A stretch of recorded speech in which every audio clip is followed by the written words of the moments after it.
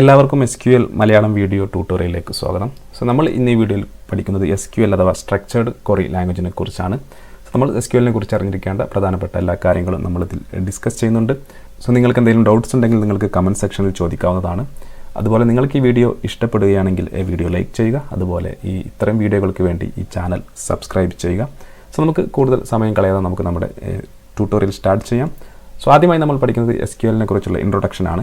നമുക്ക് SQL എന്നത് structured query language എന്നതിൻ്റെ ചുരുക്കരൂപമാണ്.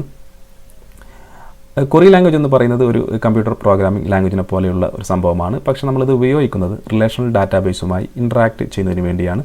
ഉദാഹരണമായി നമ്മൾ C++ തുടങ്ങിയ പ്രോഗ്രാമിംഗ് ലാംഗ്വേജസ് എല്ലാം ഉപയോഗിക്കുന്നത് നമുക്ക് പുതിയ ആപ്ലിക്കേഷൻസ് ക്രിയേറ്റ് ചെയ്യാൻ അല്ലെങ്കിൽ സോഫ്റ്റ്വെയർ ക്രിയേറ്റ് ചെയ്യുന്നതിന് വേണ്ടിയാണ്. നമ്മളെന്നാൽ ക്വറി ലാംഗ്വേജ് ഉപയോഗിക്കുന്നത് നമുക്ക് റിലേഷണൽ ഡാറ്റാബേസുമായി ഇൻട്രാക്ട് ചെയ്യുന്നതിന് വേണ്ടിയാണ്. നമ്മൾ SQL ഉപയോഗിക്കുകയാണെങ്കിൽ റിലേഷണൽ ഡാറ്റാബേസിലെ ഡാറ്റ നമുക്ക് മാനേജ് ചെയ്യാൻ സാധിക്കുന്നതാണ്. നമുക്ക് SQL ഉപയോഗിച്ച് എന്തൊക്കെ ചെയ്യാമെന്ന് നോക്കാം. നമുക്ക് പുതിയ ഡാറ്റാബേസ് ക്രിയേറ്റ് ചെയ്യാൻ സാധിക്കും. അതുപോലെ ടേബിൾസ് ക്രിയേറ്റ് ചെയ്യാൻ സാധിക്കും. അതിലോട്ട് നമുക്ക് പുതിയ റെക്കോർഡ്സ് ആഡ് ചെയ്യാം. അതുപോലെ റെക്കോർഡ്സ് നമുക്ക് അപ്ഡേറ്റ് ചെയ്യാം. നമുക്ക് ആവശ്യമില്ലാത്ത റെക്കോർഡ്സ് നമുക്ക് ഡിലീറ്റ് ചെയ്യാൻ സാധിക്കും.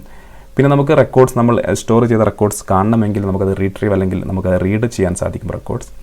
ഇത്രയും കാര്യങ്ങൾ നമുക്ക് SQL ഉപയോഗിച്ച് നമുക്ക് ചെയ്യാൻ സാധിക്കും. SQL പ്രൊനൗൺസ് ചെയ്യുന്നത് SQL എന്ന് പ്രൊനൗൺസ് ചെയ്യും. അതുപോലെ SQL എന്നും പ്രൊനൗൺസ് ചെയ്യും. നമ്മൾ ഈ ട്യൂട്ടോറിയൽ മുഴുവനായി പ്രൊനൗൺസ് ചെയ്യുന്നത് SQL എന്നാണ്. നിങ്ങൾ SQL എന്ന് മറ്റെവിടെയെങ്കിലും കേൾക്കുകയാണെങ്കിൽ കൺഫ്യൂഷൻ ആവേണ്ട ആവശ്യമില്ല. SQL എന്നും ഇത് പ്രൊനൗൺസ് ചെയ്യുന്നതാണ്.